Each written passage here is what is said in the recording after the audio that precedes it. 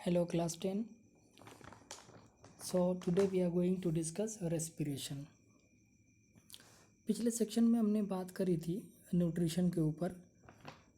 Now the food material taken in during the process of nutrition is used in cell to provide energy for various life processes.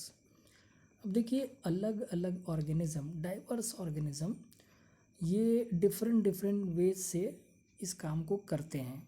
Normally सारे लोग क्या करते हैं, oxygen का use करके glucose को completely break down करते हैं, तोड़ते हैं, और फिर फाइनली हमें क्या मिलता है, कार्बन डाइऑक्साइड एंड वाटर, जिसको हम नॉर्मली रेस्पिरेशन के नाम से जानते हैं.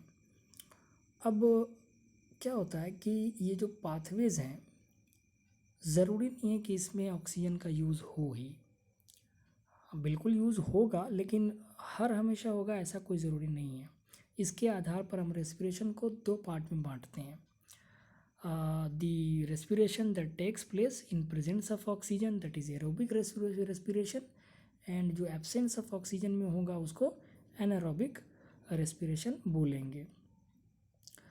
लेकिन हर केसेस में the first step is to break down of the glucose, जो कि 6 कार्बन मॉलिक्यूल होते हैं, इनको 3 कार्बन मॉलिक्यूल में चेंज करते हैं, जिसका नाम पायरुवेट है. This process takes place in the cytoplasm. तो ये भी इम्पॉर्टेंट है, पूछता है कि साइट ऑफ रेस्पिरेशन क्या है, कहाँ पर होता है ये. आगे अगर हम देखें तो पायरुवेट जो है फिर कन्वर्ट होते हैं इथेनॉल में और कार्बन डाइऑक्साइड में. ये प्रोसेस यीस्ट के अंदर होता है, खासकर फर्मेंटेशन के थ्रू. फर्मेंटेशन क्या है, ये again a kind of anaerobic respiration है, जिसमें जो कि एब्सेंस ऑफ ऑक्सीजन में ये होता है, ये एनारोबिक रेस्पिरेशन है. Breakdown of pyruvate using oxygen takes place in mitochondria. तो ये वाला काम जो है एनारोबिक रेस्पिरेशन का, ये कहाँ होता है, माइटोकॉन्ड्रिया में. ठीक है. उसके बाद जो है जो प्रोसेस 3 कार्बन पायरुवेट मॉलिक्यूल को तोड़ने का है, ये कार्बन डाइऑक्साइड का भी 3 मॉलिक्यूल हमको देता है. दूसरा प्रोडक्ट इसका जो है हमारा वाटर है. चूँकि ये जो प्रोसेस है प्रेजेंस ऑफ ऑक्सीजन में होता है, यानी प्रेजेंस ऑफ एयर, तो इसलिए इसको एरोबिक रेस्पिरेशन कहते हैं. और ये जो रिलीज ऑफ एनर्जी है इस एरोबिक प्रोसेस में, वो काफ़ी ज़्यादा है किसके मुकाबले, एनारोबिक प्रोसेस के मुकाबले, क्योंकि वहाँ पर ऑक्सीजन का लैक है, और इस कारण से हमारे जो मसल सेल है वहाँ पर अगर ऑक्सीजन की कमी होगी तो एनारोबिक रेस्पिरेशन होगा, जाहिर सी बात है. फिर वहाँ पर पायरुवेट लैक्टिक एसिड में कन्वर्ट होता है अगर ऑक्सीजन की कमी है तो. ठीक है. और जब ऑक्सीजन की कमी होगी तो क्या होगा, लैक्टिक एसिड का फॉर्मेशन होगा, और फिर एनर्जी थोड़ी सी निकलेगी. तो इस तरह से हम एक डायग्राम आपको पेज नंबर 102 पर एनसीईआरटी में दिया हुआ है, उसको देखिए कि ग्लूकोज का 6 कार्बन मॉलिक्यूल है, साइटोप्लाज्म में क्या होगा, वो 3 कार्बन मॉलिक्यूल में पायरुवेट में चेंज होगा, कुछ एनर्जी आएगी. लेकिन अब यहाँ से 3 प्रोसेस है, तीनों डिपेंड करता है ऑक्सीजन की मात्रा पर. अगर एब्सेंस ऑफ ऑक्सीजन है, सबसे पहले यीस्ट फर्मेंटेशन की जहाँ हमने बात करी, तो वहाँ पर इथेनॉल बनाएगा, कार्बन डाइऑक्साइड बनाएगा, और एनर्जी निकलेगा जो कि कम मात्रा में निकलेगा. ये जो इथेनॉल है 2 कार्बन मॉलिक्यूल है. अब दूसरा है लैक ऑफ ऑक्सीजन. अब आप समझिए एब्सेंस ऑफ ऑक्सीजन और लैक ऑफ ऑक्सीजन का क्या मतलब है. एब्सेंस ऑफ ऑक्सीजन का मतलब है बिल्कुल ऑक्सीजन का नहीं होना, लेकिन लैक ऑफ ऑक्सीजन का मतलब होता है पार्शियल प्रेजेंस, यानी थोड़ा सा है थोड़ा नहीं है. तो जब थोड़ा ऑक्सीजन होगा, complete sufficient amount of oxygen नहीं होगा, खासकर हमारे मसल में, ये हमारे मसल में ही होता है, तो लैक्टिक एसिड का फॉर्मेशन होगा प्लस एनर्जी, जो कि अगेन फिर थोड़ी सी कम होगी. लैक्टिक एसिड जब हमारे मसल में एक्यूमुलेट करते हैं, जमा हो जाता है, उसी कारण से हमें फटीग होता है. फटीग समझते हैं, थकान, तो ये होता है. अब तीसरा केस है प्रेजेंस ऑफ ऑक्सीजन, यानी अब ऑक्सीजन भरपूर मात्रा में प्रेजेंस है, और ये होता है माइटोकॉन्ड्रिया के अंदर. यहाँ पर कार्बन डाइऑक्साइड और वाटर बनेगा और काफ़ी मात्रा में एनर्जी मिलेगी हमको, इसी को कहते हैं सेलुलर रेस्पिरेशन। ठीक है, the energy release during cellular respiration is immediately use to synthesize a molecule called ATP. ATP कहते हैं एडिनोसिन ट्राइफॉस्फेट को।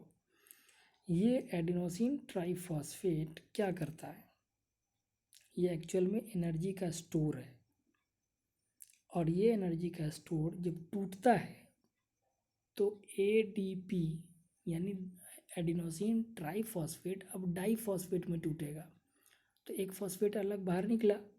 जब ऐसा होता है एटीपी में से एक पी निकल जाएगा तो बनेगा एडीपी प्लस पी। देखिए बक्सा में दिया हुआ है पेज नंबर 102 पर ही। ठीक है, तो टूटता है तो ये ट्रिमेंडस अमाउंट ऑफ एनर्जी देता है। कहता है कि जब एक ग्लूकोज टूटता है तो 38 एटीपी बनता है। याद रखिएगा, एक ग्लूकोज को जब तोड़ा जाता है तो कितना मिलता है एटीपी 38, और एक एटीपी टूटता है तो एनर्जी रिलीज होता है 30.5 किलो जूल पर मोल। नोट कर लीजिएगा इस डाटा को। ठीक है, बॉक्स में दिया हुआ है, लेकिन बॉक्स में शायद ये नहीं दिया है कि एक ग्लूकोज टूटने पर कितने एटीपी आते हैं, वो 32 एटीपी आते हैं, ये याद रखिएगा, ये हम बता रहे हैं आपको। तो एक ग्लूकोज टूटा तो कितने एटीपी मिले, 38 एटीपी एक ग्लूकोज टूटने पे, और एक एटीपी को तोड़ने पे एनर्जी कितना मिला, 30.5 यानी 30.5 किलो जूल पर मोल। इतनी एनर्जी निकल के आती है। तो अब आप देख लीजिए रेस्पिरेशन के अंदर क्या क्या इन्वॉल्व होता है। गैसियस एक्सचेंज, जिसके अंदर इनटेक ऑफ ऑक्सीजन होगा from the atmosphere and release of carbon dioxide, जिसको हम नॉर्मली ब्रीदिंग कहते हैं। ब्रीदिंग सिर्फ नोज़ पे होता है, यहाँ पे गैस का अंदर जाना और बाहर आना, यही ब्रीदिंग है। लेकिन respiration that is another thing. अब ये अंदर जा कर के जो काम करेगा ना, हमारे लंग्स के अंदर जाने के बाद जो पूरा प्रोसेस है, अल्वेओली तक जाता है ये। आप इसका फिगर देखेंगे, आपके क्लास 8 में भी हमने इसको देखा था। तो जब ये हमारे लंग्स में जाता है तो उससे पहले क्या होता है, ट्रैकिया, ट्रैकिया से ट्रैकिड्स, ट्रैकिड से वो पूरा अंदर अल्वेओली तक जाता है। अल्वेओली में फिर क्या होता है, अल्वेओली के चारों तरफ छोटे छोटे छोटे छोटे कैपिलरीज जो है ब्लड के, वो पूरी तरह से उस घिरे हुए होते हैं। उसके अंदर वो यूनिसेलुलर होता है, एकदम एक सेल का परत होता है, तो उसके अंदर डिफ्यूज़न के थ्रू ऑक्सीजन चला जाएगा ब्लड में, ब्लड से कार्बन डाइऑक्साइड आ जाएगा अल्वेओली में और फिर वापस चला गया। ये पूरा साइकिल हमने क्लास 8 में देखा था। Breakdown of simple food in order to release energy inside the cell, this is cellular respiration. अब आप देखिए फिर से वही जो ग्राफ दिया हुआ था एरो करके chart. Breakdown of glucose by various pathways. पहला कार्बन है, 6 कार्बन का शुगर है, CH12 हम लोग जानते हैं ग्लूकोज का फॉर्मूला। साइटोप्लाज्म में क्या होगा, पायरुविक एसिड में ये टूटता है 3 कार्बन में। अब 3 चीज़ हमने बताया कि एब्सेंस ऑफ ऑक्सीजन होगा तो इथेनॉल बनाएगा 2 कार्बन का, फिर कार्बन डाइऑक्साइड और एनर्जी। लॉक लिख दिया, ये लैक ऑफ ऑक्सीजन होगा मसल्स के अंदर, जब ऑक्सीजन की कमी होती है तो लैक्टिक एसिड 3 कार्बन का प्लस एनर्जी, और प्रेजेंस ऑफ ऑक्सीजन माइटोकॉन्ड्रिया में, aerobic respiration CO2 water energy. ठीक है, अब आप रेस्पिरेशन में 2 चीज़ें एरोबिक एनारोबिक, इनके बीच डिफरेंस छोटा सा पॉइंट यहाँ पर डील कर लें। Aerobic takes place in presence of oxygen, anaerobic takes place in absence of oxygen. Aerobic कहाँ होता है, माइटोकॉन्ड्रिया में। Anaerobic occurs in cytoplasm. End product क्या है एरोबिक का, CO2 और वाटर।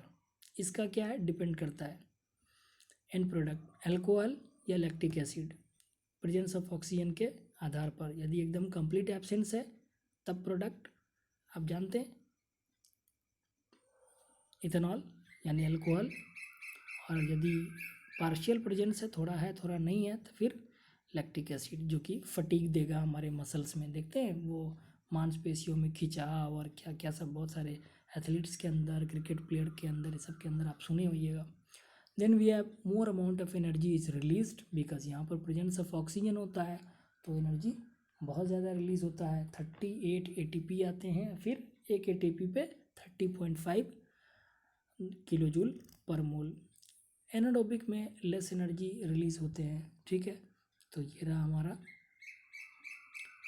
कल हम लोग देखेंगे ह्यूमन रेस्पिरेटरी सिस्टम को, और उसमें फिर पूरी बात देखेंगे टेरेस्ट्रियल ऑर्गेनिज्म पर क्या होता है और उनके अंदर क्या क्या ऑर्गन होते हैं जो इस सारे काम को देखते हैं। तो ये सारी चीज़ें कल हम लोग देखेंगे, ठीक है। तब तक के लिए खुश रहिए, और जो क्वेश्चन फॉलो हो रहे हैं अगले पेज पर, पेज नंबर 105 पर, उसको बनाइए। Okay, thank you.